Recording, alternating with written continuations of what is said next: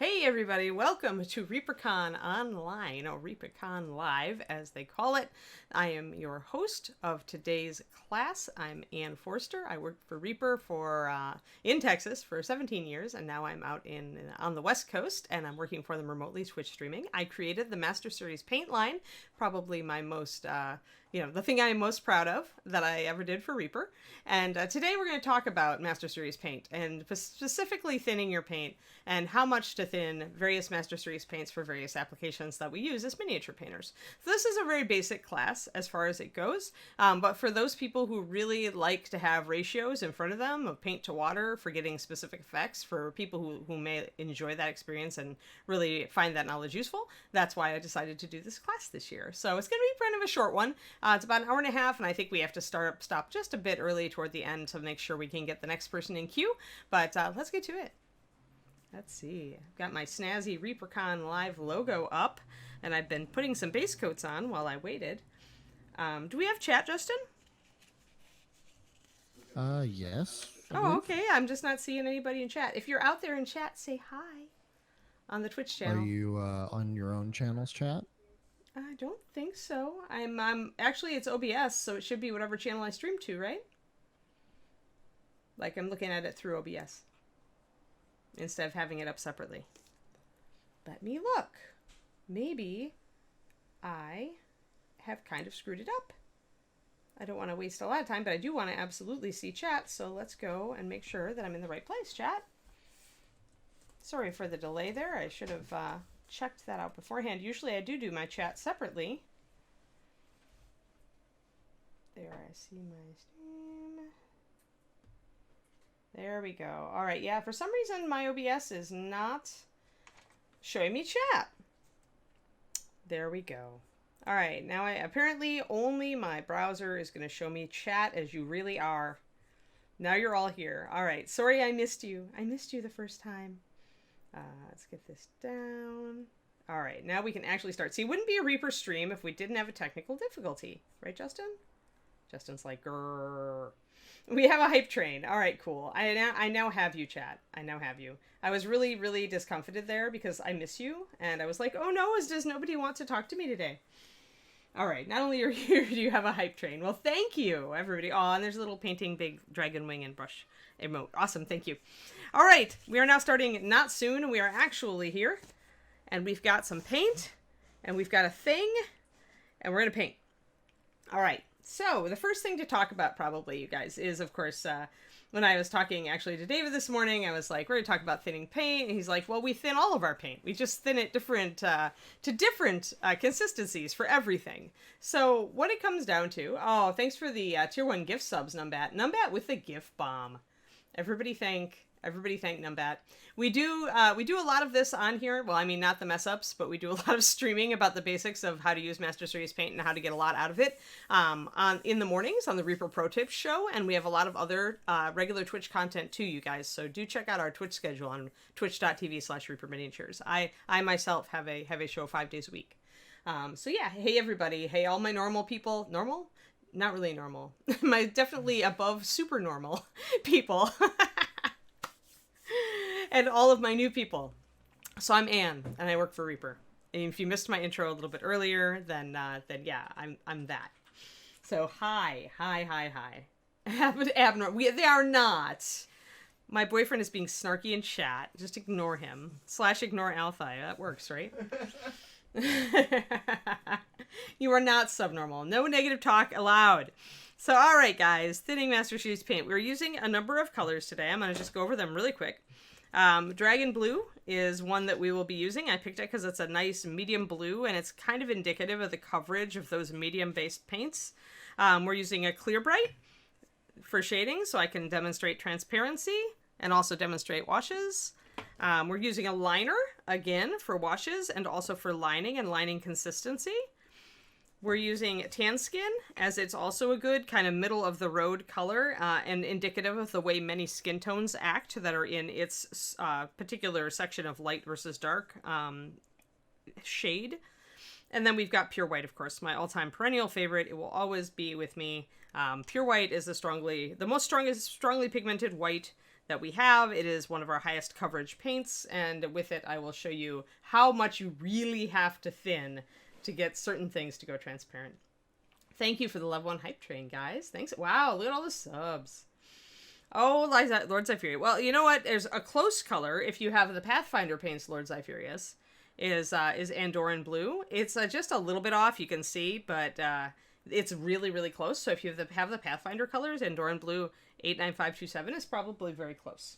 I dug out another color. We don't really have any other color that's really close to Dragon Blue, but Andorran is really close. 3 p.m. here. Too early to start drinking. It's beer o'clock somewhere, Cyberstorm, I believe is the correct response to that. Andorran for freedom. All right, so that's what we're doing today. We're just going to play around, guys. I'm going to show you some interesting things. I've already got something. I didn't think I had much interesting to say about base coating, but I actually do. So, paint consistency for base coating. Here I have primed Mr. Pirate, One-Eyed Willie, or his close brother, his close kin. I primed the base this morning. I'm like, oh, well, this is a good thing to show base coat and to do a wash on. So if you look at this, you can see that one of these colors definitely did not go in the cracks here, and the other one did. And the difference here is, oh, 10 p.m. where you are, Dungeon Saga. Wow, you're dedicated. I'll try not to put you to sleep. Yeah, you can use clear phthalo for clear blue. You bet. So, no problem. And you can do this on any figure you've got, guys, if you want to try some of this stuff, especially some of the later stuff. You don't need to use this figure, obviously. But what we've got here is the difference between using the paint straight out of the bottle and thinning the paint for your base coat 4-to-1. Vacation time, all vacation time is beer time. Yes, exactly. Exactly. Oh my gosh, nearsighted giraffe. 5:30 a.m. Okay, dedication to a whole new level. So look at this. Like, this is straight out of the bottle, and you can see that it's not really going on, like, super smooth. Now, I could have loaded a bunch on there to make it go on a little smoother, but even then, when I was working with a fairly full brush, there were lots of places where it did not want to go into the cracks, and I would have had to jam my brush down there and do that. Whereas when I thin the base coat, 4-to-1, paint to water, which is, 4 drops of paint, 1 drop of water, now it smoothly goes on, and it's got fairly good coverage, and I could do this directly with my Dragon Blue, but I actually accidentally did it, so I kept it this way. So this is a half and half mixture, by the way, of Dragon Blue and white. We'll be working with these and showing how washes do. So now I have thinned my Dragon Blue, and now if I put it on, it goes on and into those cracks perfectly fine. So this is one example of, you can use MSP full strength out of the bottle for your base coat, especially on bones. A lot of people do. But if you have any deep detail like this, you might get more mileage out of thinning your paint just a little bit. Anybody who watches my Pro Tips show, which is at 11:30 a.m. Central Time on weekdays for Reaper on the Twitch here, knows that I actually thin my base coats on bones, and I do not prime bones. I wash them with dish soap and a bit of water. And then I find that this thinner paint actually goes on just fine. I'm going to zoom in so you guys can see closer there. And also I'm going to move my palette a little bit out of frame. There we go, so we can see. We can see things! Yay! All right, you'd be nearsighted at 5:30 a.m. too. Yes, so true, isn't it? Yes, hello, Crispies. It's good to see you. Okay, so now we've got this stuff laid down, so you can see there's definitely a difference with base coat. And even with the 3-to-1, or the 4-to-1, it's pretty solid. Like, oh, I'm getting a little beating because I hurried my primer this morning. And you can tell because it wants to beat up. But in general, it covers just fine.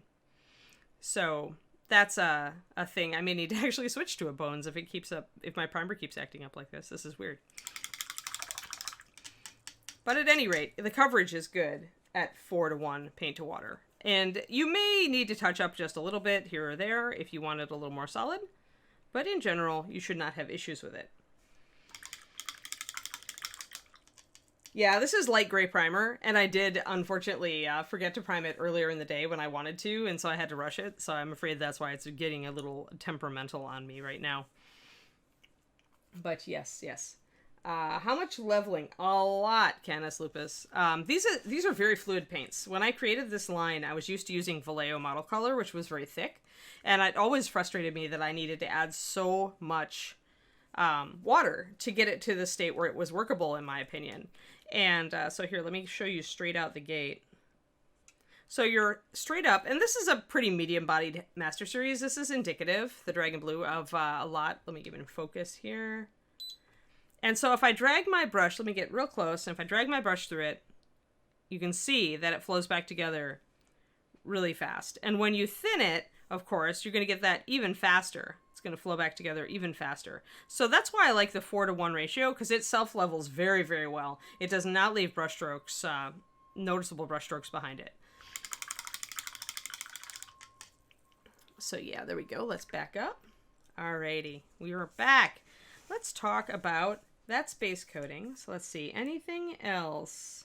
No, that's pretty much it. So base coat, you can make a base coat that is perfectly useful using your paint straight up, but if you have fine detail, you may want to thin it just a little. This is all paint to water. I usually do a 4:1. If I'm really just kind of going like on autopilot, sometimes I even drop to 3:1, but then that takes 2 thin coats. So 3:1, if you're into the 2 thin coats base coat, which I actually am one of those people, then if you go 3:1, you have to do 2 coats. Otherwise, at 5:1 or 4:1, you should still get a nice self-leveling base coat, nice and smooth, with those ratios. So there's our base coat. Boop. And now let's go on to the wash. No, you don't need to prime the bones black. Yeah, okay, that's good to know, Greek. I wasn't sure on the rattle cans with the bones black. The regular bones, you don't want to usually use a rattle can, though there are some brands that will work. I think we have, I think in the intro, John said that one of Rhonda's early articles about bones is up, available for this ReaperCon, and that will probably answer a lot of those questions. So for washes, you're trying to bring out detail. You get more mileage out of your wash if it is a lot, depending on the gradation of light to dark. So essentially, if I put this same wash that I'm going to build over this light blue, it's going to have a lot more impact than over a dark blue or a medium blue, as this is. So that's one way to think about your washes. I see a lot of people who start out with a very dark color and then they put a wash over it and you really can't tell the difference. And that's part of the problem. It's the difference between your base coat and your wash is going to impact the performance of your wash. So let's take some clear blue. And let's do my usual wash formula. So what I usually do is 1 drop of whatever color I'm using. And I use brush-on sealer to build my wash. I do that. You could use matte medium. Also, if you have artist products on hand. The first E in Reaper? I don't get what you're saying, Canis. Elaborate.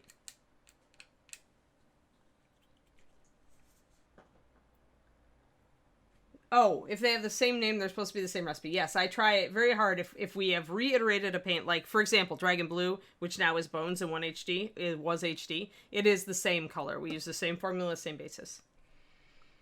Alright, so 1, 2, 3, 4 drops of brush-on sealer or medium, and 2 drops of water. And the reason we're using a medium, yes, brush-on sealer for washes for life.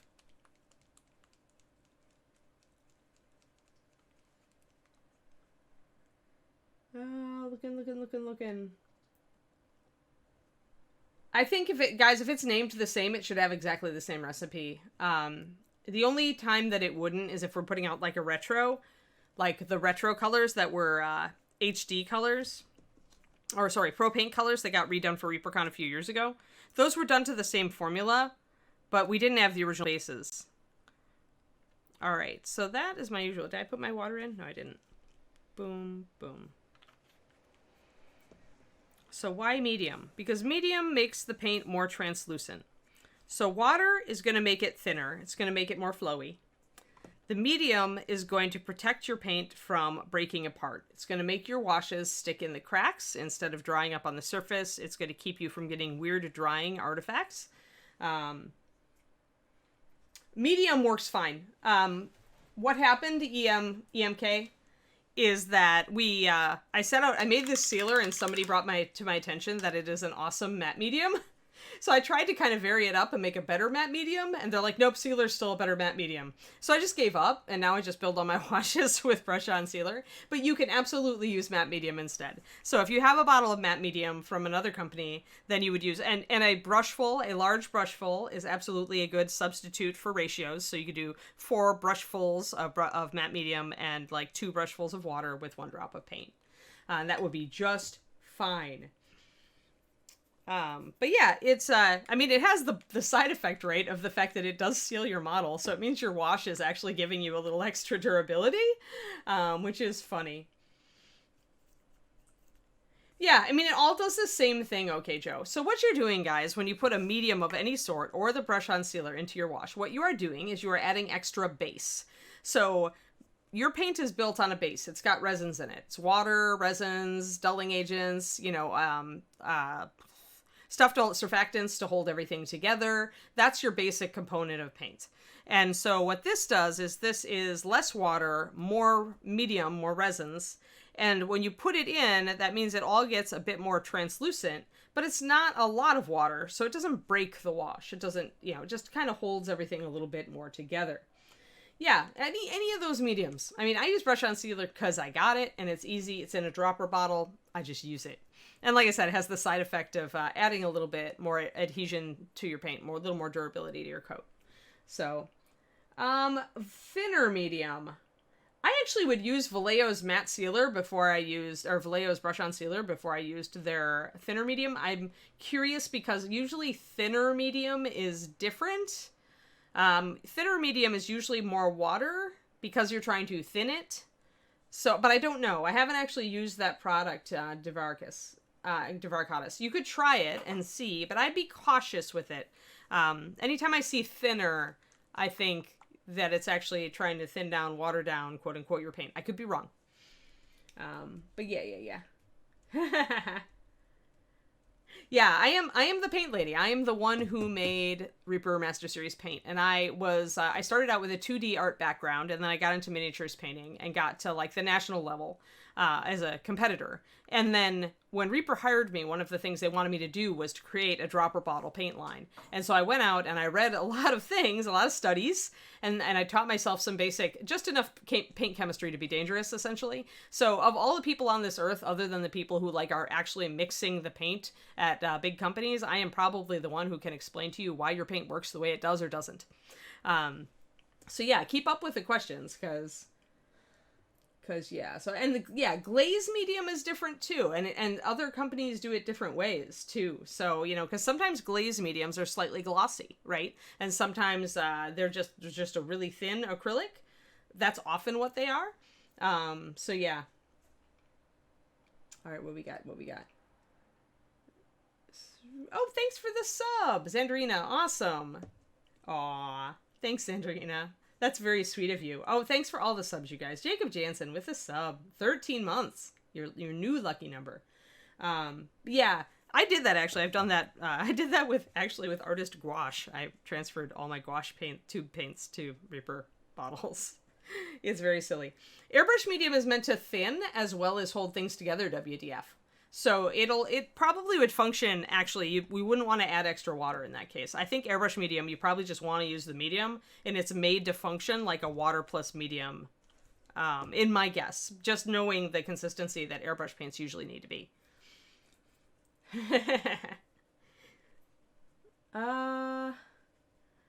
Actually, EMK, my Patreon, I can say my Patreon once, so this is my Patreon plug.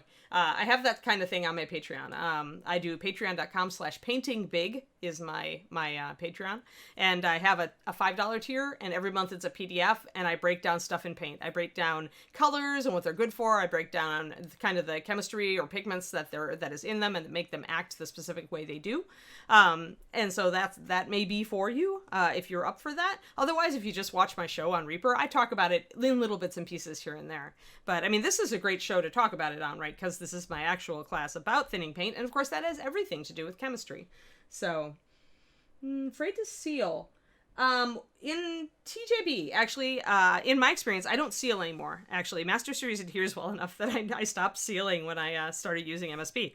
But if you seal, I did find that dull coat and other sprays can take down not all your colors or change your colors, but they can take down maybe your top level of highlights, maybe seem to dull them down sometimes.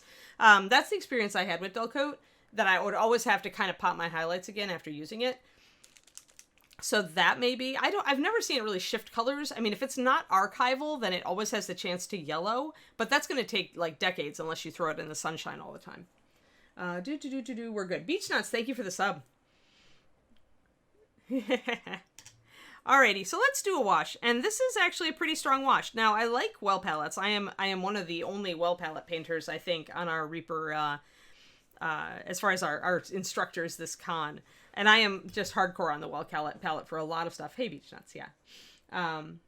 Could put some beads into, yes.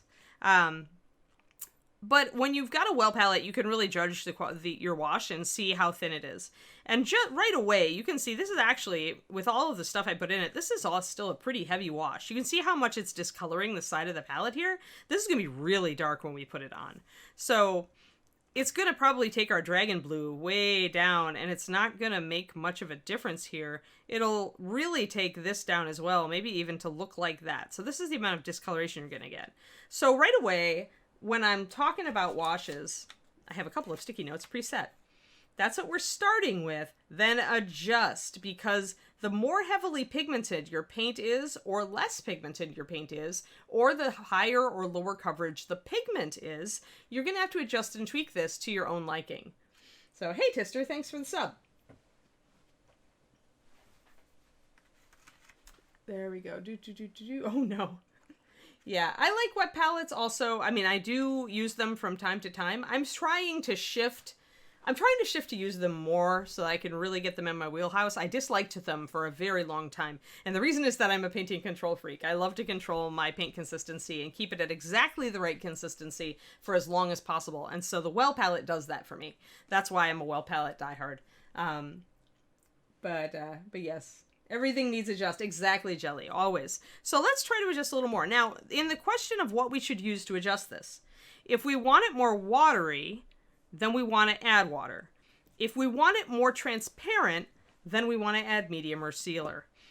Don't just keep loading water in it to get transparent, because unfortunately, then you're going to break the paint. And what I mean by that is there comes a point in every wash or glaze where you've thrown so much water in that the molecules just bust apart, like the links between the resin molecules that are holding all that acrylic, latex, whatever you're using, holding all those together, all the surfactants, like holding them together. If you add too much water, everything busts apart. And so when you get a paint, I had an example and I don't know where I stuffed it, but if you get a paint that kind of dries with a little dark ring around the outside, you've broken the paint. That's what happened. And so all of those particles, the pigment, the resins, the everything, they're kind of fleeing to the edge and drying a little bit heavier at the edge of that paint puddle. And so that's why you're getting that ringing effect. You've added too much water. Thus, by aiming first for our medium, or our sealer in this case, to increase transparency, we're keeping that from happening. It's our insurance. Let me see if I can get it to do that. Hold on, Saib. Let's port this over here and let's just throw water at it. Let's just throw water at it until it's like a glaze. Glaze is colored water. I'm going to leave that to dry there and see if it'll ring for me. That should be thin enough to break it, because it's already like 6-1, and I just threw a bunch more water at it, so it's going to be quite impressive. So we'll see if we can get it to dry weirdly, so to speak. So I'm going to start by just adding just a couple of drops. I want to try to make this work a little bit better. Can you fix the break if you add the sealer? You can't put sealer over the top of something that's already dried and have it be fixed, but you can just add more sealer to your existing wash, and yes, you should be able, or matte medium, anything. You need to essentially restore your balance. You've got too much water, so anything that slides your balance more towards something that has resins and surfactants to hold it together is gonna bring your paint back together. So if you've mixed a huge puddle of wash and you've gone too far into the water zone, yes, you can add more medium and a little more paint until you tune it to where you want it. I always recommend, like, if you've got a textured base or something that you don't care about, that has a bit of texture on it, just keep that around and just paint your washes over that to test them before you put them on the mini. Yes, 9107, brush on sealer.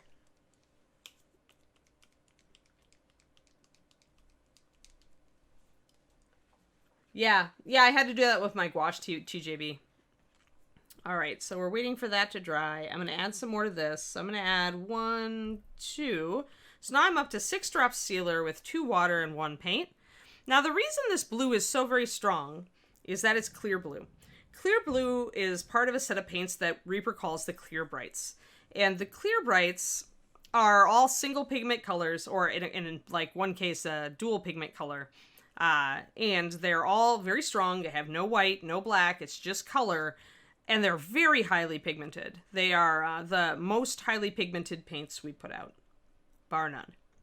So this blue doesn't want to go transparent because it is so very intensely pigmented.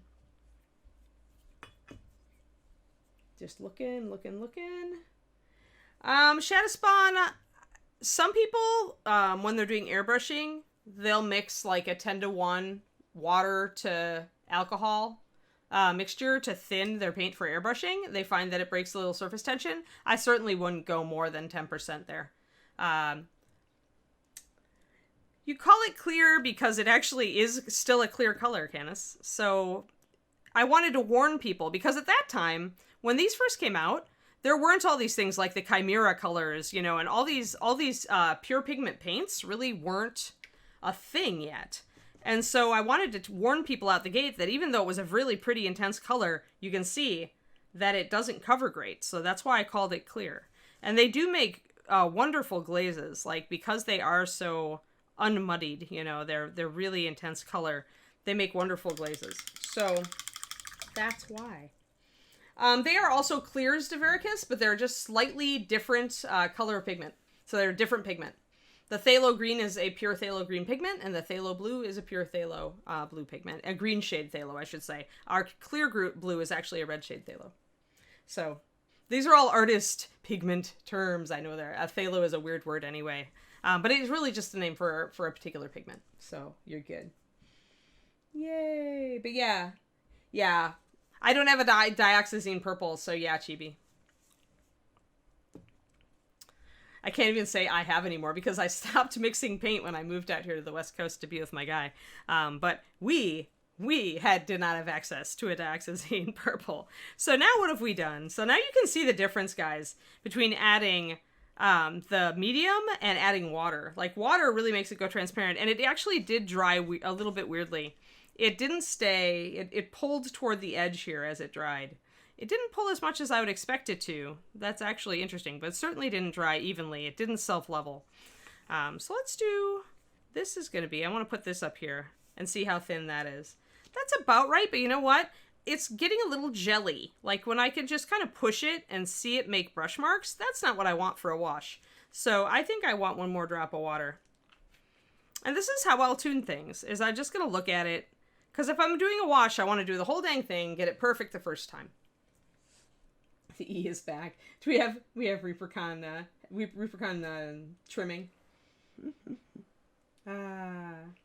Phthalocyanine. Yes. Jelly's got it. Got the science. Alrighty, so now, after throwing in that water, I will have thinned it a little bit more, but it's going to pull, hopefully it's going to pull together a little bit. I need more water. I always test it. If I'm going to do a big batch of wash, I want it to work right the first time. Now, this may look like a pain, and somewhat it can be. But if you want to control perfectly your wash, and you want to control the color of it, that's a little better. We'll try that. Yeah, that's flowing back, so that's good. So, let's see, we'll go over this one first. When you're washing, use a ton of it. And throw it over the whole thing.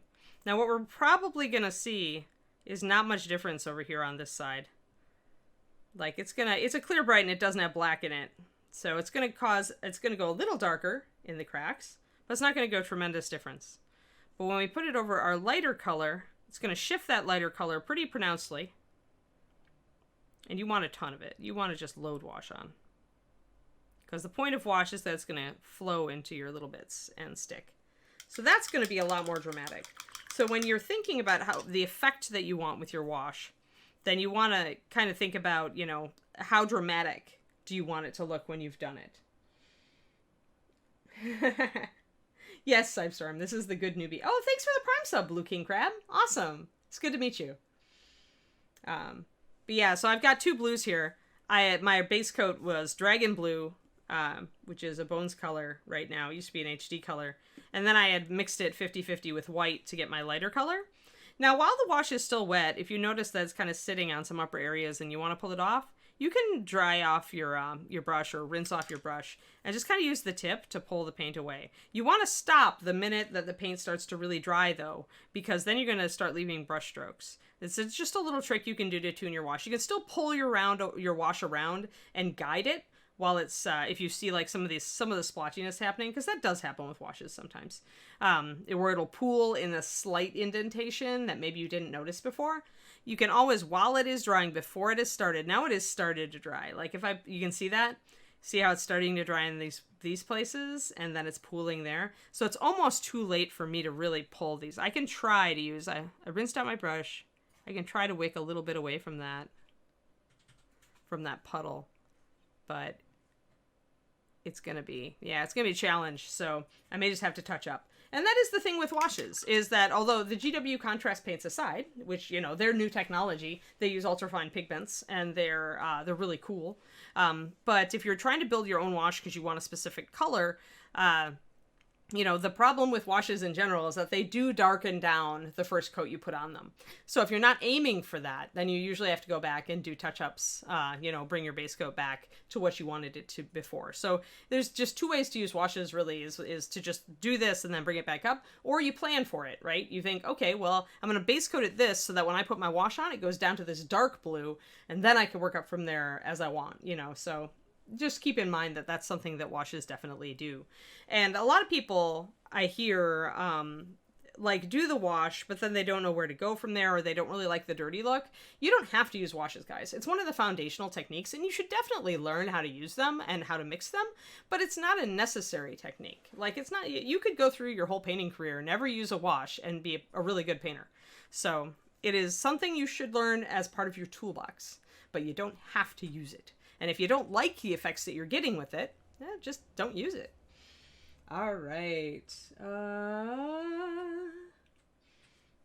Sorry, Jelly, did you get the, as far as what blues we're using? We're using clear blue. I did the base coats here with dragon blue. And then I mixed a 50-50. This light color over here is a 50-50 dragon plus white. So I want to get a little bit more of the dragon blue down here so that we can do layering, because we love layering, right?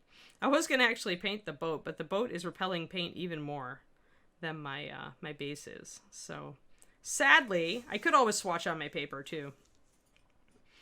But I kind of wanted to actually use a model of some sort. So we can keep working on this. Actually, I can pretend that I am outlining these letters and stuff. I use washes. Actually, Image has called me out. I never use washes. Okay, I can't say never. Like, recently, there have been times when I will do a light wash. But even then, when I do washes, I usually don't put them over everything. I'm usually targeting them. So let's actually get some of our brown liner here. Let's do some lining. I think that's the next thing on my list. Always remember, adjust your wash. But basic formula for washes with MSP. And if I'd been using a color that was less highly pigmented than my clear, then I would have been fine, like dead on with this. And actually, I'll build a brown liner wash with this and show you, because brown liner as a wash with this is just about perfect. Part of the MSP.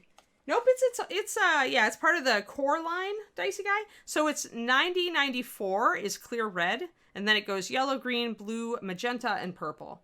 And the clear magenta is like the secret weapon of mixing better purples and highlighting purples. It looks like the old GW Warlock purple. It's a really, really awesome color. But really highly pigmented paints, and they don't have black or white in them, so when you use them for mixing or for intensifying another color, you know what you're dealing with. They're essentially made to help you not have issues with mixing. Alrighty, so yeah, and if you're familiar with the new Chimera colors where they've got single pigments and things like that, other companies have done it. Reaper did it a long time ago, and nobody knew how to use them, and I had to, like, campaign to, like, say, no, these are necessary, please don't cancel them. Yeah, magenta's awesome. Can you buy an and to paint your miniatures? No, actually, that's horrible, Planer, because, you know, my friends, when I worked at the game store, were always joking they were going to clone me and lock my clone in a cage and make me paint their miniatures. And it was very upsetting. So, no, let's not go there. Alrighty, I've got a lot of blue. I'm going to flip my palette around, actually. This is why the Giant Well palette is awesome. Yay, Giant Well palette for the win. So this is actually a ceramic palette, by the way. It's a porcelain palette, and it has 28 tiny wells. And I love that because when you do my usual mixes of paint, it means that I can get them. I can use very little paint and still get a nice deep puddle, which is what makes those paints stay at the right consistency. Never enough. Waltiveria, if you go to Cheap Joe's Art Supplies, you can get this very palette for like $7 or $8. I mean, it's under 10, I think. It's really inexpensive. I have like 3. So yeah, let's see here. Commissions. I do commissions, but I am full through the end of the year. So once I am open again, my patrons on my Patreon will probably get the first like call out that I'm open for commission work.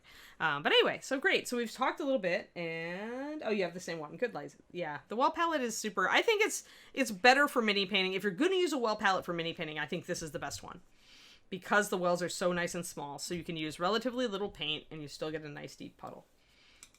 Alrighty, let's do our liner. I think lining is next. Yes, lining is next. Yay! We like lining.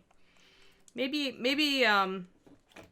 Pirate Guy will actually obey us and let the paint stick to him so that I can show you guys lining on him. That would be nice. I suppose I could use... Nah, this doesn't have a lot that I could use on it, sadly. A lot of the base is just gold coins. So, okay, shake up your liner very well. Liners are also part of the MSP core line along with Clear Brights. The liners, the first 3 are 90, 64, 65, and 66. They are brown liner, which is this one, gray liner, which is 65, which is really good for non-metallic metal steel, and 66, which is blue liner and one of my favorite colors of all time. Liner paints, I did these because I lined a lot, and I had it in my mind that it would make it easier to line if I made a more fluid paint for it in the first place, so that you didn't have to thin it at much or at all in order to get a nice line. Liners are not inks. No, they are a very specialty paint base. That we use a base for these that is used nowhere else in Master Series. So they're a very specialized acrylic water-based base. And they are very dark, so they're near black. You can use them as regular paints, but you will find that they are just a little bit more transparent. And that's on purpose, because what we wanted to do with them, really, and hey, it's time for the granny glasses to come on, because now I have to do detail work. Always use magnification, folks. And lots of light. I don't actually strain my eyes. It's less because of the glasses, and more because I surround myself with huge amounts of light. Yeah, a little bit. Here, let me show you the consistency. That's a great question, Dicey Guy. So they are, here, let me get up here on my top of my palette, and I'll smear it around so you can see. So they're a little less thick than a standard paint. You can see that if I stretch them really thin, let me get even closer. Here we go. There, that's better. So if I stretch them really thin over the palette, you can see through them just a little bit. And they're a very, very fluid pigment. Like even just out of the gate, and I have not thinned this at all, but out of the gate, I can do tiny little, itsy bitsy little dark lines. And this is what we wanted. So if you use the liner out the gate without anything in it, you should still be able to do really thin detail lines. Light and more light. Yeah, so you can, like I said, you can use them for a base coat. You might need a couple of coats. But you want them, if you're doing something cartoony or something that needs a lot of contrast, like a 28 millimeter, and you want a line, say, between like the areas on his elbow here. Let me see. Let me get in focus. Hold on. I love my camera, but it does mean I need to specifically tell it what to focus on. So if you want to line around the cuffs here after you've painted them, some people pre-line, but I tend to find that I lose it with my base coat. But we'll just show you guys. So this is liner straight out of the bottle. I'm using a Raphael brush here, which is my brush with the best tip. So I've got a bit of a thicker line going on there, and I've got a bit of a thinner line going on there, but you can see how dark it is. Yeah, this is a document cam jelly. It's really nice. I love my document cam. Liners are fantastic. So yeah, you can use liners as a primer. You can mix them with, again, with brush on sealer or matte medium. Here, let me show you. Let me see if I can work. My primer stops being a jerk. Maybe it'll actually let stuff stick. I'm going to put a little bit of brown liner in some sealer and add a drop of water and see if I can quickie my way to a wash with liners. Because liners really do make beautiful washes and primers, as people say. So the nice thing about liners is that since they're fluid, they look dark. And this is about the 4:2:2. This is the same wash ratio that I told you guys before, but I'm using liner instead of the clear blue. And liners are still pretty pigmented, but it's a much more, less high coverage pigment. So you've got a lot, pigment affects a lot about coverage, is what it comes down to. So if you want to, you could come in here and use your liner wash. And it clings and outlines everything pretty darn well. And because it's so dark, it'll really outline small details. So if we do his cuff with this, it should cling around all those little filigree thingies. And if we did his little skeleton hand, then it should cling to most of those. My primer is still trying to fight me, but you guys get the idea. And it's nice and dark, right? And so where it's pooling, I'm going to pull it out. It's got a bit too much of a pool around the hand here. It's not outlining as well. There. That's better. So yeah, some people prime with the liners because they like that underpainting effect, you know? They want all their details to stick out so that they can see everything. I've over puddled here, so I'm pulling some of the wash off. This is what I was talking about earlier. If your wash is too much, you've got too much of it everywhere, just rinse out your brush and kind of squeeze it out or tap it off, and then you can pull your wash around the model while it's still wet. You don't want to wait too long, but you can doctor it a bit, pull off the extra puddles, and you should, right? You don't want any really dark puddles where you don't want them. And then it's a lot more subtle. But when it dries, it's still going to be really dark. And this is probably going to look a lot to you guys like a GW contrast paint. It's got the same level of transparency. It's because the base is different. The base of the paint makes so much of a difference, and then the qualities of the pigment make the rest. So that is how that works. Yeah, Bob Rossett, right? I was watching the marathon on Twitch the other day. I was re-embracing. Yeah. Yeah, I know the mini. I'm trying to get somebody around here where I just moved to carry MSP too. It is an uphill battle. A lot of game stores, you know, they've already got ideas about what they want to carry and, you know, things that work for them. And so it can be hard sometimes to convince somebody to carry your specific favorite paints and stuff. All right, so lining, let's get into it. So we can line, as you saw, with straight up liner, but I actually like to thin it just a little bit. And the thing about liner is that when you do thin it, let me get it over here, let me get in focus here, back to focus on the palette, there you go. So you can see the thin little lines that I could do with straight up brown liner. But now we're gonna add a drop of water. And the nice thing about brown liner is that if you don't want it to be as cartoony, and I paint a fair amount of historical stuff, or at least I used to. I haven't re-embraced that just yet. But you often want a more subtle line, right? You don't want it... Oh, thanks for the ReaperCon Discord link, Reaper Miniatures. Yes, if you haven't gone over to the Discord yet, if you just found us on Twitch, ReaperCon is going on right now, and this is a class that we are running. We are running many, many more classes on Zoom, so you should head on over to reaperconlive.com and take a look at our class offerings. You get the Zoom classes are all free, and it's going on all weekend from today through Monday, I think. So, yeah, do join us. Join us. And I'm Anne, and just tell them Anne sent you, so... Or don't at all. Either way, they know who I am. So if I throw some water in here, my lines are going to stay pretty strong. That's 1 drop of water, so that's 5:1. But the more water we add, the more natural the line's going to get, because the thinner the paint's going to get. And it's still going to do... Oh yeah, living in a place where you need to buy everything online. I understand. Well, now isn't that everybody, right? With the way the year has gone...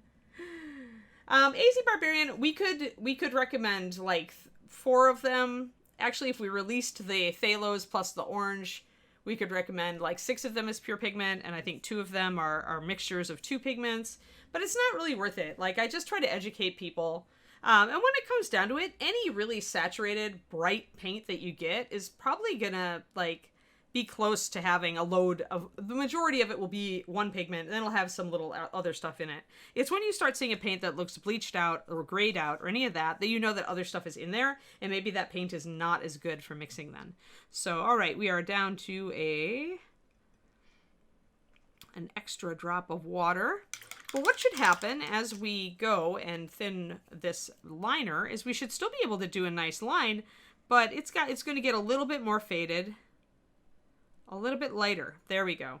So we can still draw lines, and if we leave a little extra paint on our brush, they can still be fairly dark. This is at like a 4:1. So I would say a 5:1 is, you can see it's just a little bit more faded maybe than that one is. I know it's hard to see on the camera, good as my camera is. But then when you start adding much more water, then you see that you start seeing a fade. Now at this point, liners become useful not just for lining, but for just shading, generally blocking and shadows.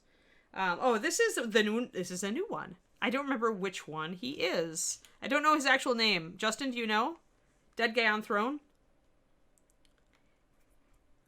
I know he was inspired by One-Eyed Willie in the Goonies, in the old Goonies movie from the 80s. So, but he is way cool. He also has treasure chests and a raven that sits on the back of his throne. And I definitely wanted to play with him this weekend.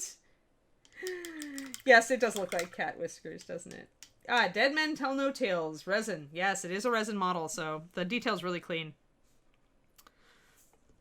So yeah, so now what we've got is essentially, if we take his other sleeve, if we want to just use this liner for shading now, say we want to shade like our fishtail, it's doable to just use it as a shadower. You don't have to line with it anymore. It's got a little bit more of almost a washy type of thing going on. Like it'll outline, let me see if I get in focus. Focus. See how it's outlining the little fish tail fin bits, quills. I don't know what you call the little bits on a fish tail, but so you can use it as a more subtle liner for more naturalistic projects that you may have going, or you can use it as a heavy shader or an underpainting device so that you can like shade parts of the model and then paint the base coat over them, and it'll be darker where you've painted the underlying shadow. Called rays. Thanks, MK. Fin rays. Thank you. You guys are just so good. Yes, One-Eyed Willie, exactly. So, yeah, we actually do a lot of talk on science and terminology in my stream regularly because I'm always like, what is this thing? I want to call it by its real name. So if I just throw some water in here, I can thin it even more. Get a nice gradient going on. And the liner will hold up to that really well and does a really nice little wash effect. So liner is very useful. I tend to use thinned liner also if I'm doing lining on things like a bust, where it's very large and I want a natural shadow. I don't want cartoony lines. Now, if you're doing a bust that's really anime or maybe even sci-fi and you want something really, really tight, then you could use the heavier version. But they're just very versatile this way. They're very, very versatile. Yeah, so I love these little, actually, I love these little undead fish. They remind me of Mordheim. I worked for GW at one time, and I used to play their games quite a bit, although I don't have anybody to play with now. But Mordheim was my favorite, and the art, the John Blanche art, is just, like, all awesome. So, yeah, the Kingfish totally reminds me of the Mordheim book and the artwork in there. So, yeah, so you can essentially use, and it's a really good liner. It's just meant to be, like I said, a little more fluid, little more tweak. You can tweak it a bit. It makes a nice dark neutral. The gray, as I mentioned, is a really good thing to use with non-metallic metal, with steel and silver, because it's a nice dark color, but the transparency of it means it's easier to blend with than trying to blend from black to white on NMM. So that's something to also think about for those of you who know what NMM is. It's non-metallic metal. It's painting metallic effects with regular paints.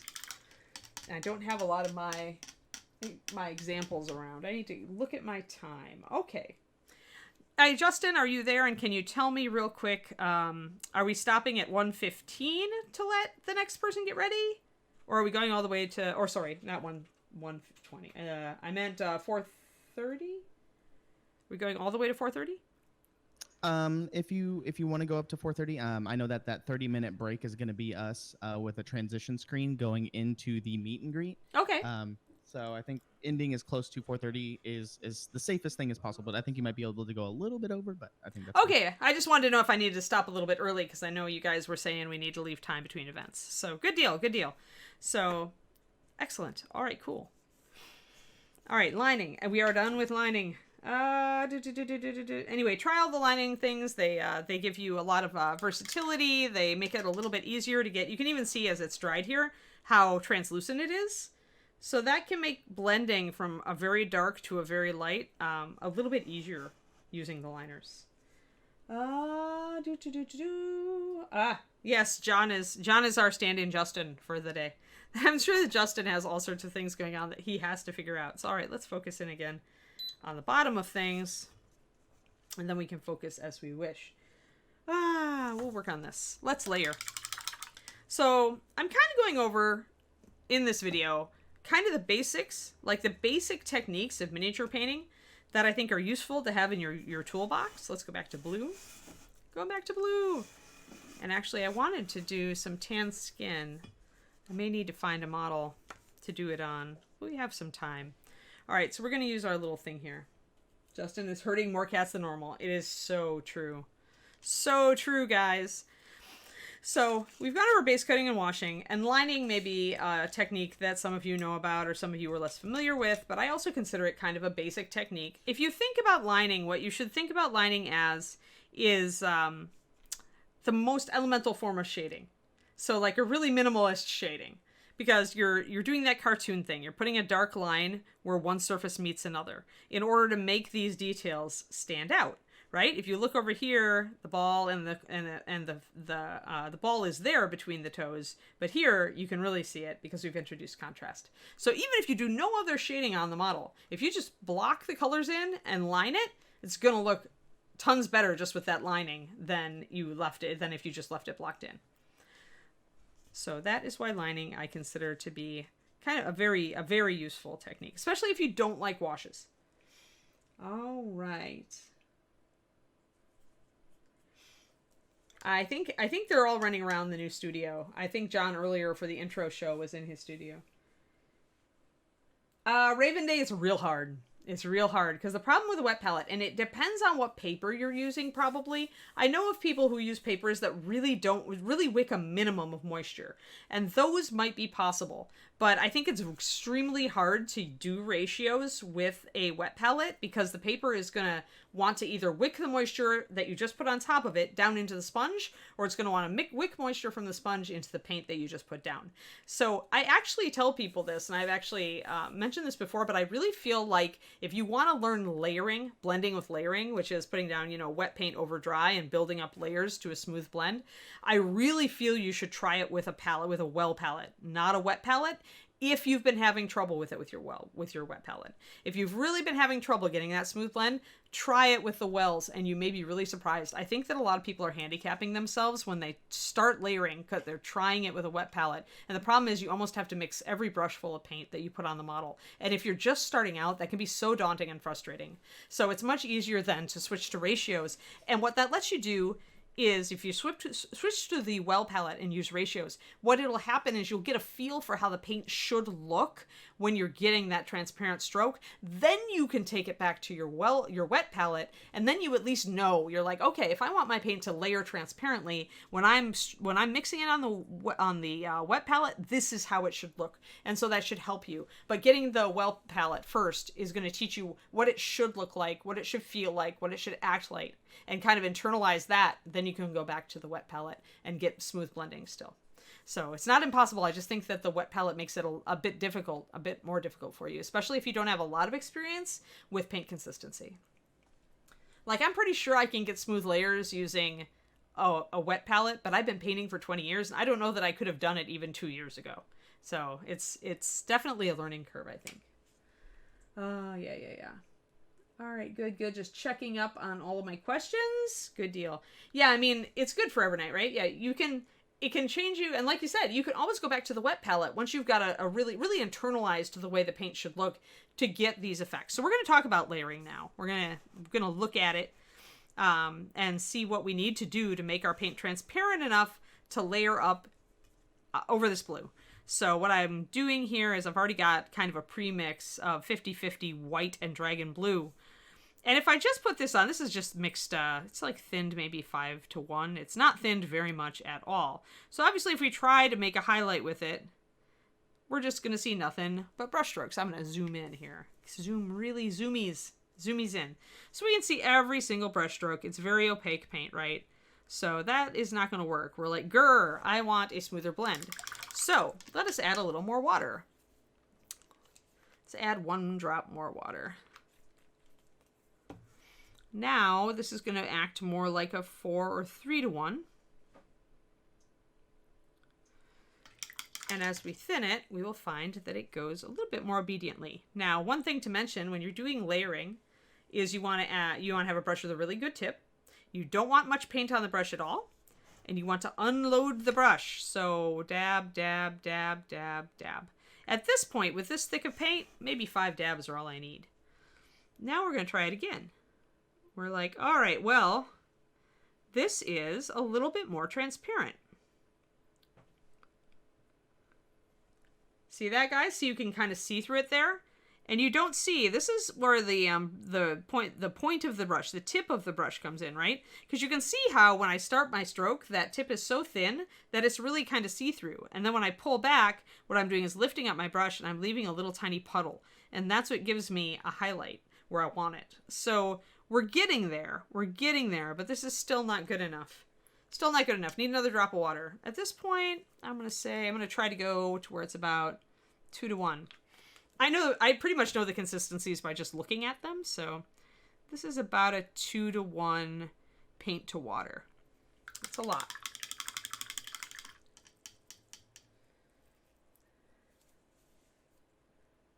Oh, have fun, Candace. Thanks for coming in. It was nice to meet you. Yeah, you can always, this will be on, by the way. This is up on, it'll be up on our VODs, so you can watch the rest of it later. I hope it's been instructive and fun, at least.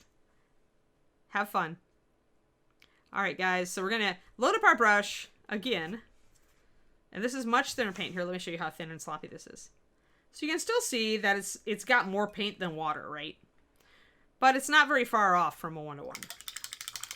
So what we do is we load our brush. Now, the thinner your paint gets, the more you have to unload it. So instead of 5 dabs, I'm probably going to be looking at 1, 2, 3, 4, 5, 6, 7, 8, 9, maybe even 10. As you add more water, you have to unload your brush more because you've got so much more fluid. Now let's try this. And I'm just kind of building them up on top of each other so you can see. Now you can see the layering brush stroke really well. Let's get up close and let me focus in. This is important.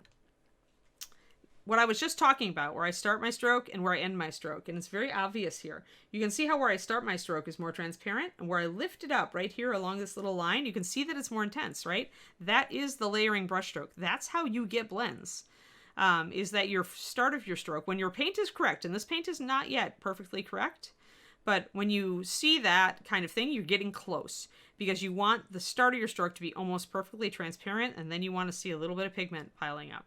So let's try to thin our paint even more. And I'll bring this way up close to you guys again once we have that. So let's pull this. Let's actually do a straight up 1-1. I'm going to remix it in a new thing so that I know my consistency is correct. So this was 1 drop of dragon blue and 1 drop of pure white. And what we're doing here is we're using kind of a transparency medium-bodied paint with a very high coverage paint. Pure white is very high coverage. And it has a lot of pigment in it too. So we've kind of, by making highlights, you almost always need to thin your paint more, because even if you're not using pure white as a mix, the color, the lighter color that you are reaching for almost certainly has more white in it. So your paint's going to cover better, and that means it's going to be a lot harder to push it toward transparency. So now I've got a 1-1.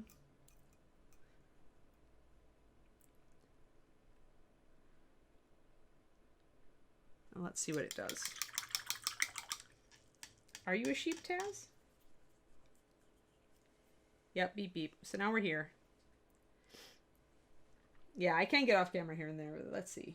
Ketchup on the middle. Oh no! Nearsighted giraffe. Active cat. That's active cat. We all understand. So here I am, really thin paint, really cleaning a ton of the paint off. Essentially what I don't want to see, guys, I don't want to see that puddle. Don't want to see the puddles. No puddles. I want lines. Lines. There we go. There we are. Lines. That's what I want. No puddles. Puddles not allowed except at the end of a brushstroke. Alright, so I may have been closer to 1-to-1 than I thought. Because this is actually even... Since I remixed it. This is actually even a little bit more... Well, it's about the same. Alright, so... Now I know how much paint I have in here, though. So, we're going 1-to-2. This is very watery paint, guys. So what does 1-to-2 look like? It looks like a wash. Actually, it looks even thinner than a wash. This might not be even a good wash. So, like, if we put this down as a wash, yeah, it's about a wash consistency. So, there. So that's the paint consistency we have right now for this. It's like putting a light wash off it on everything. But yeah, you get the idea. So, all right, we're painting with a wash at this point. So, but wait, we're layering, I thought. Yes, exactly. Layering is painting with like washes and glazes. All right, now let's see. Okay, now we're talking. Now we're talking, guys. This is what we're talking about.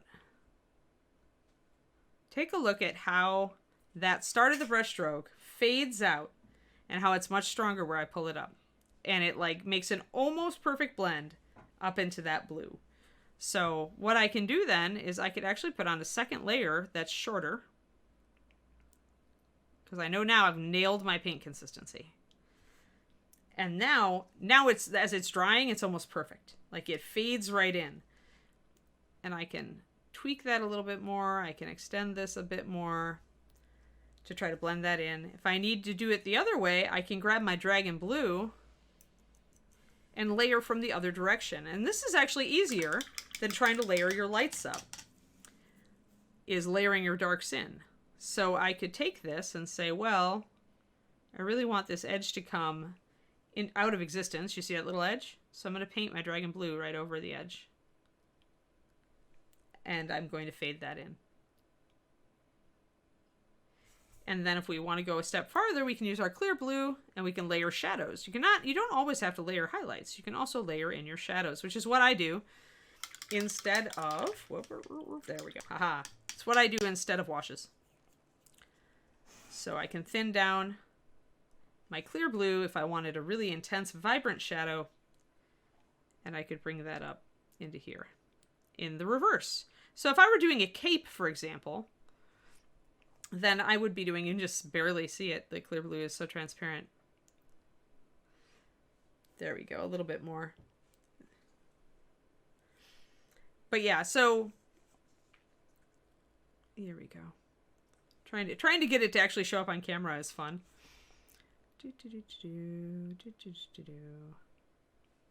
There, got a little bit stronger with my clear blue. Clear blue is translucent, and sometimes to make it show up.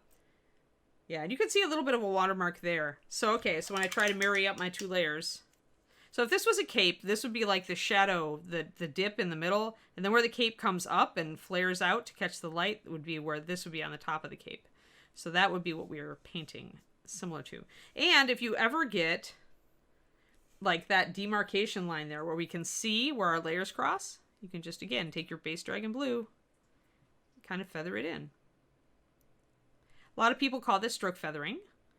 Sometimes they call layering feathering because you're painting strokes like on a feather, quills. But there, so now you have a blend. You have a blend from light blue to dark blue. And the consistency on that, again, was 1-to-2 paint to water. So I had 1 drop of dragon blue, 1 drop of pure white, and 4 drops of water added in at the end. So those are our colors. Now, if I was only layering with dragon blue, I want to say, I would probably only need to go 1-to-1. So for example, if we started with a much darker color and we decided to layer up our dragon blue on it, we would maybe only need 1-to-1. And the reason is that there's much less white in this mix than there is in this plus this. So the lighter your colors get, the more water you need to get that blend. So, for example, I would say, let's just write this down. Let's write it down on a sticky note. My estimate of what you would need to do. Boop, boop, boop. Sticky note for the win. Layering. Also called blending. Also called wet into dry, because you're putting a wet color over a dry coat of paint. Will be medium color. I'm going to say it's about 1-to-1. 1-to-1 paint to water. Light color. It's going to be about 1-to-2. All of these are paint to water. Let me put them down here. Paint to water. So you're really turning it on your head when your second number gets bigger than your first number. Then you know you're painting with a glaze or a wash. And then near white or white is the absolute highest ratio. I've done that myself, and that is a 1-to-2.5. That's the most water that I have to use when layering. So for every 2 drops of white, I have to add 5 drops of water to get this to go transparent. Some of this will overlap. Classes always overlap, Sidestorm, right? So you get it in different ways, though, from different teachers. I mean, okay, I listen to a lot of motivational and self-help books on my walks to keep me motivated, and they all say the same things, but they say it in different ways with different examples. And the value in that is that something's going to stick in your head. One way, one day, somebody's going to explain stuff, and it's going to make the light bulb go on. And you never know who that person's going to be. So listening to this same stuff over and over again isn't a bad thing when you're trying to learn something. I wanted to type this up. If I wanted to type this up for my $5 tier Patreon, you would not be upset. All right. I've got so much stuff to do for my $5 tier. The people have been waiting for all the different blacks for so long. But I'll put it on the list, Sidestorm. I'll put it on the list for the $5 tier. It would be a perfect fit. So actually, you know what? I think now that you mention that, I thought this is a free class. So maybe I'll just type this up and put it up on my Patreon as a free. Just public. That way anybody who watches this show at ReaperCon or afterwards can go to my Patreon and get it. Alrighty. When you used to teach math, you'd tell people they weren't bad at math, they just hadn't heard it explained in the way that makes sense. Yes, that is so true of almost everything. And especially with art, right? I mean, some of this is science, and some of it is creativity and art, and some of it is pure mechanical technique, right? Like brushstroke. And it's all like kind of globbed together, and so you're trying to learn so many different things. Oh, good. Glad you like it, Dangerous T. Or is it Dangerous One? Dangerous One, sorry. Reading glasses mean that things get a little blurry out there. And Val flaunting the red dragon wing from my Twitch. The only person with a red dragon wing so far, which is a tier 2 sub. All right, so there's our layering stuff. And probably, I'm going to say even, I'm going to add to this, really dark transparent colors. Darker transparent.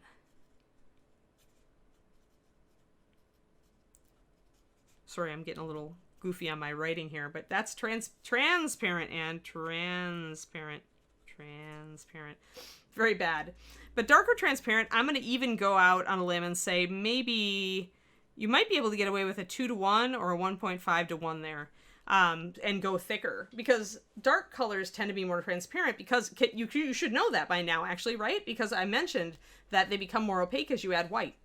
So a dark color tends to go a bit more transparent. The exceptions to this in MSP are the really heavy-bodied black or near black paints. So not the liners, but pure black, dragon black, solid black, walnut brown, which is a very close to black, dark brown.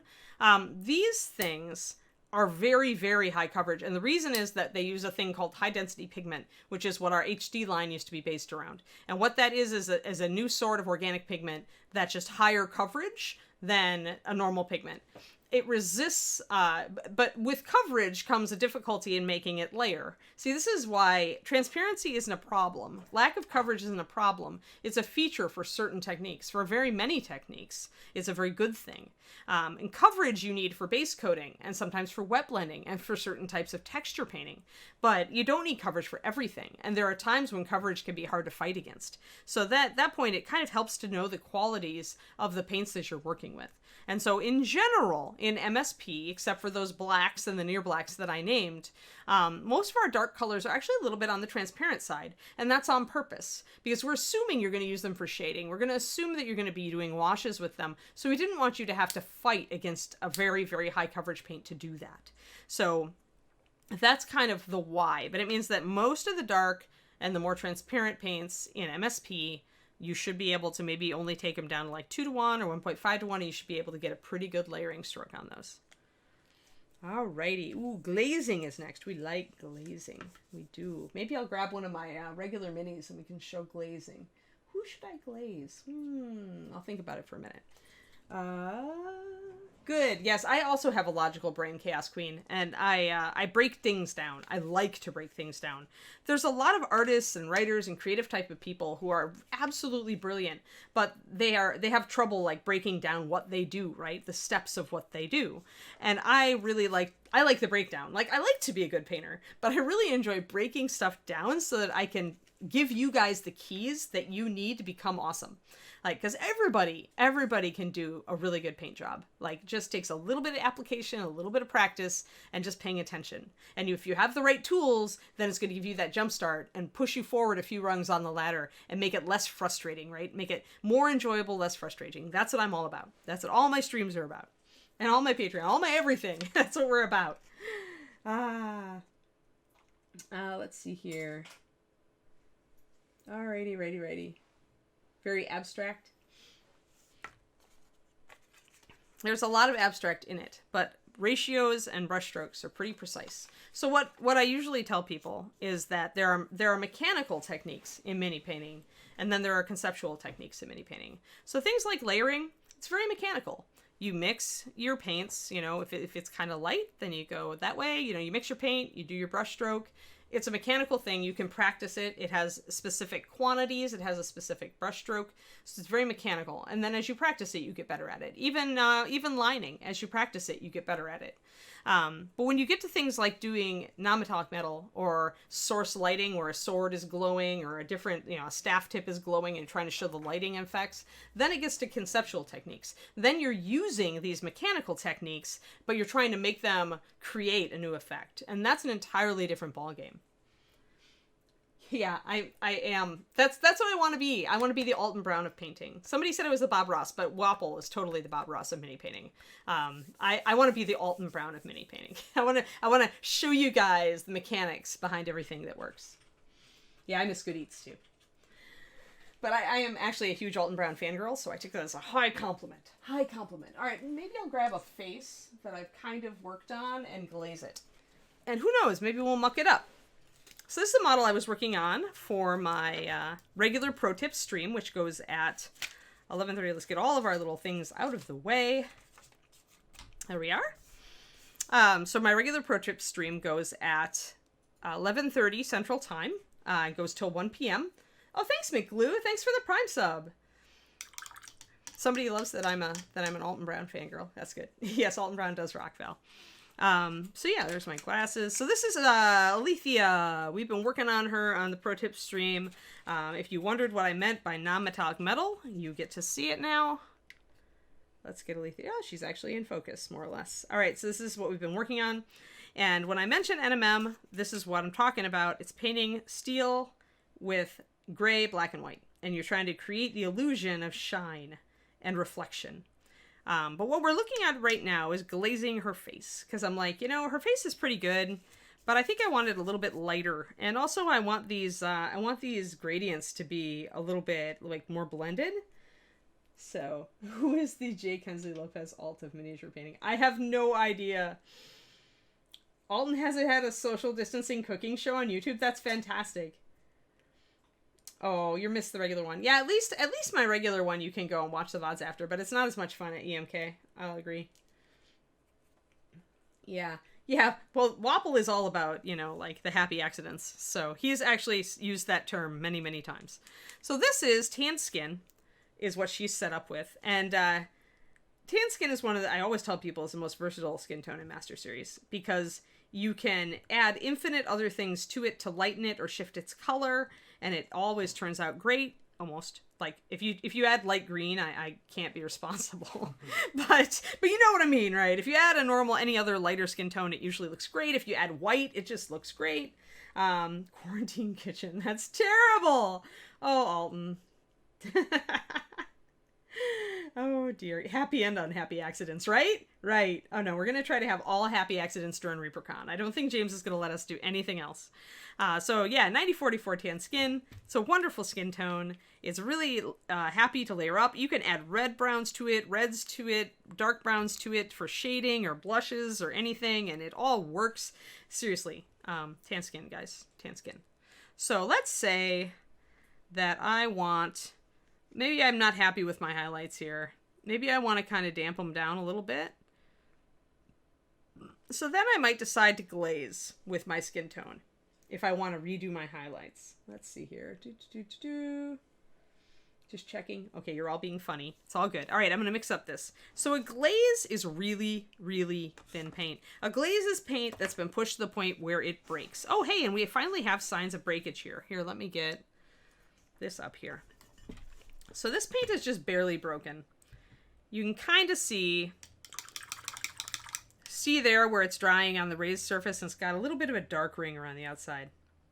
That's broken paint. This is barely broken, which means it's a very subtle effect. It's not like giving me a huge broken effect, but if I threw any more water at this, it would be done. One of the things, by the way, that keeps Reaper's paint from breaking, like other paints do, is the flow improver we add to it. You could kind of steal this for your other paint lines by adding flow improver to your paint in the bottle. I used to do that all the time. All right, so let's see here. What's a glaze then? What is glaze consistency? Well, it's thinner than layering. So that means that we've got to mix something that's even thinner than it would be with a layer. And this is a medium color. So our normal layering mix would be 1:1. So 1 drop of this and 1 drop of water. 1 drop. Come on, get out there. Bloop. Gotta keep an eye. Okay, we actually were about right on time. This is great. And then 1 drop of water. I keep my water in dropper bottles. I also have bottles that are mostly water, but have a little bit of flow improver in them for when I need that extra boost. So we start at 1:1, but that's still pretty darn thick. So I'm going to go up to 2:1. I know that tan skin does have, since I made it, I know tan skin does have a fairly decent load of white, so 2:1 may have been better anyway. So at 2:1, I like to do smear tests off the top of my palette. It's the other reason this palette is useful. Smear test is just like, get close to it, kind of figure out how much it's see-through. That's what I'm doing right now, Varl. Yeah, my flow improver story. Should I do that, Taz? Is it time to tell the flow improver story while I'm thinning this? So when I was at Games Workshop, I worked at one of their retail stores after I worked at their headquarters, and I moved back to Wisconsin while I thought about what I wanted to do next. So I worked for one of their retail stores, and we were always, painting armies for the store or for a special event or whatever. And I doctored all of their paint. I added slow dry and I added flow improver to all of the store paints that were in the set that we were allowed to use. And after I left to go work for Reaper, one of the employees told me afterwards that he complained because the paint was so much worse because they'd run out of the stuff that I doctored. So yes, add a little flow improver to your paint in the bottle. See if I'm not right. Seriously. All right, so 2:1, this is a little bit better, but what I'm getting here is this is a layering consistency. And why do I say that? It's because if you think about layering, right, you want it to be transparent when you start your stroke, and you want it to be thick when you end it, right? This is what your smear should look like if you're layering with this color.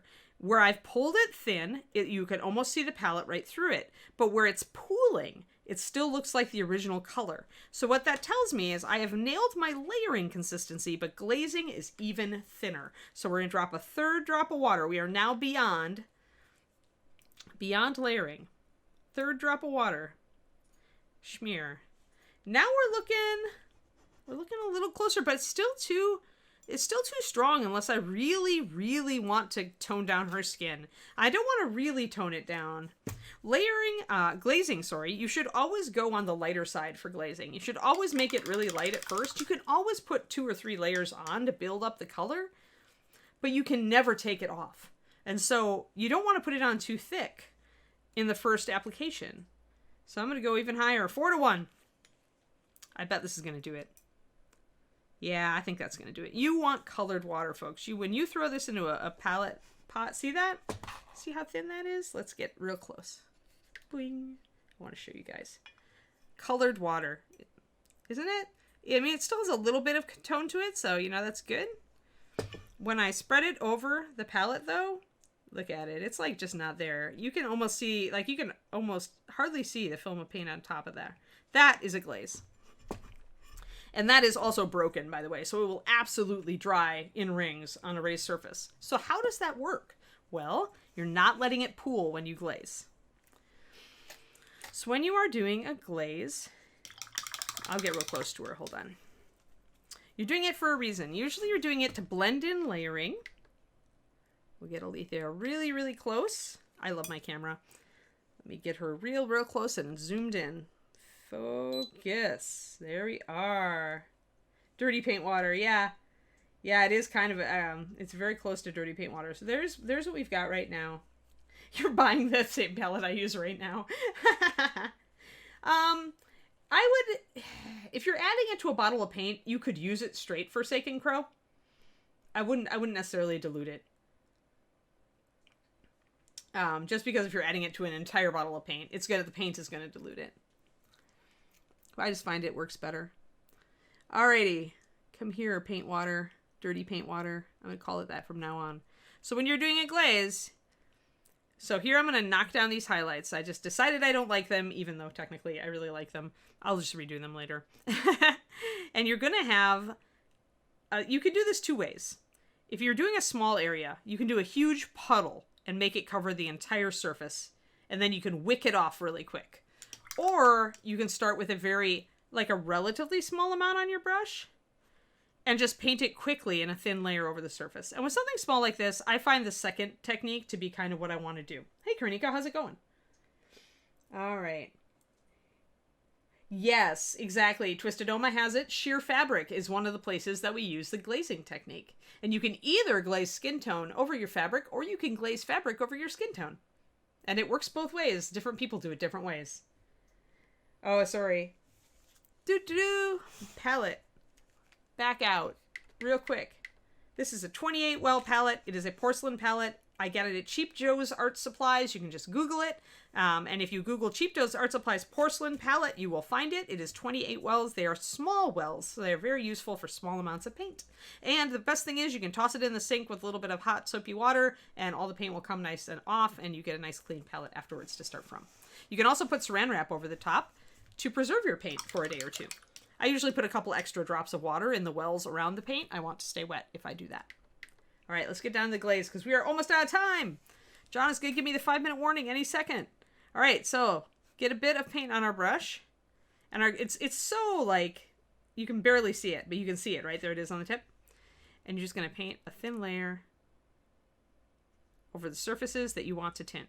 The things you can use glazing for involve hiding brush strokes, knocking down highlights, bringing up shadows. I'm just going to pull the paint out of the eyes here where it's pooling, or shifting color. So if I wanted her face to be a little pinker, I could glaze with pink. Since I decided I wanted her highlights to go down a little bit, I glazed with my base coat, tan skin. I could also glaze with my highlight color if I decided that her skin was too dark and I wanted her more fair.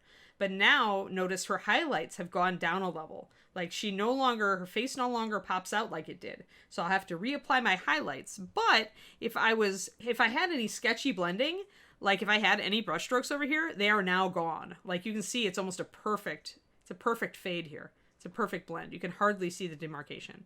So layering and glazing, same over here. See how we've gotten so smooth here with our highlights and shadows? It's just a really smooth transition. So if I wanted, say, to knock out these brush strokes on the breastplate, I could glaze with my gray or my, probably not with my black. I wouldn't want to take this darker. With metal, you want to catch the light. Or with, I could do it, a glaze with light gray, for example, and then I might have to put my shadow back in a little bit, but it would smooth out those brush strokes.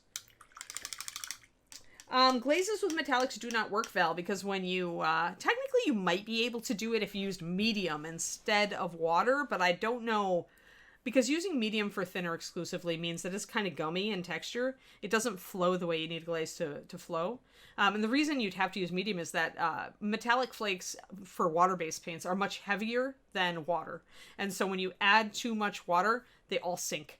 And so maybe you could get it to work, but you'd have to futz with it so much to get it to work. You might be able to like really, really, really quickly mix it up, grab some and paint it over. Maybe. My worry though is that you're going to get brush strokes just because the flake isn't going to have anything to cause it to self-level. So it's going to be really vulnerable to brush strokes if you do that. Alrighty. She is so pretty, Fairy Bard. No joke, right? This is Alethea. Alethea Idera Duelist. I lost, usually I have their little tag with them, but I lost it. So her item number is 3867. She's a metal mini, so she's not a bones. I think she might be coming out eventually in bones. Ratio for glazing, what I had to go up to was 4:1, or 1:4, sorry, paint to water for this color. If you have to glaze with pure white, you're probably going up to 1:6. Could be insane. But dark colors. Warning, Miss Ann. 5-minute warning. Oh no, Justin's here. Run, everybody, run. But like with a clear bright, I only need like a 3:1 or 1:3. Sorry, 1:3. Yeah, because with a clear, they're so transparent. The more transparent the paint is, the less water you're gonna need. But you always want it to look like, here's a glaze with clear blue. You always want it to look like just dirty water, like you just like have a little bit too much paint in your water. Like it's time to clean the water cup. That's what you want it to look like. So you can see how thin that is. And you also look at, if you're using a well palette like this, look at how it falls off the side of the well. That'll tell you as it dries, if it dries really transparent, that'll tell you how thin it is. So there you go, guys. Paint consistency, and we got through everything. The only thing I didn't get to is like specific ratios for like doing eyeballs, like really fine details. But in general, for those, what I find is you need a 2:1 paint to water, just to give you guys the cheat without all the without all of the other stuff. The voice of Justin. Yes, exactly. Disembodied voice Justin is in the room, in the house. We had disembodied voice John earlier. There we go. So there's Alethea. She made a guest appearance. Don't forget, the Dead Men Tells No Tales is on sale during ReaperCon. It is a wonderful model. I really like it, and I can't wait to reprime it with a less problematic result and actually paint it. I will be on again tomorrow, guys, doing the Reaper Pro Tip show at the usual time, which is 11:30 a.m. Central. I think I'm right after Michael Proctor's class, aren't I, Justin, on Twitch? I believe so. Yeah, tomorrow. So, and we've got a whole bunch of other awesome stuff coming up here on, of course, over on Zoom at ReaperCon. Be sure to go to the Discord. There's so much to do. I still need to get over there and pick my faction. Yeah. Oh, and one more thing. I didn't mention I have my own Twitch, twitch.tv/paintingbig. I do Tuesday and Wednesday at 4:30 p.m. Central. And I'm thinking of adding Thursday. So there we go. Now you've got all my information. And you can also find me on the Artist Alley, of course. If you have any questions about this, go to my Foerster chat and feel free to drop them in. And if you have a specific color that you have a question about, feel free to go over there. All right, guys? Thank you so much. You're all awesome. And I'll see you around, I'm sure. Hopefully we'll see you on a Twitch stream soon. All right, Justin, we ready? Yep, we're ready. Thank you very much, Miss Ann, for coming out and doing this, and we look forward to watching you tomorrow as well.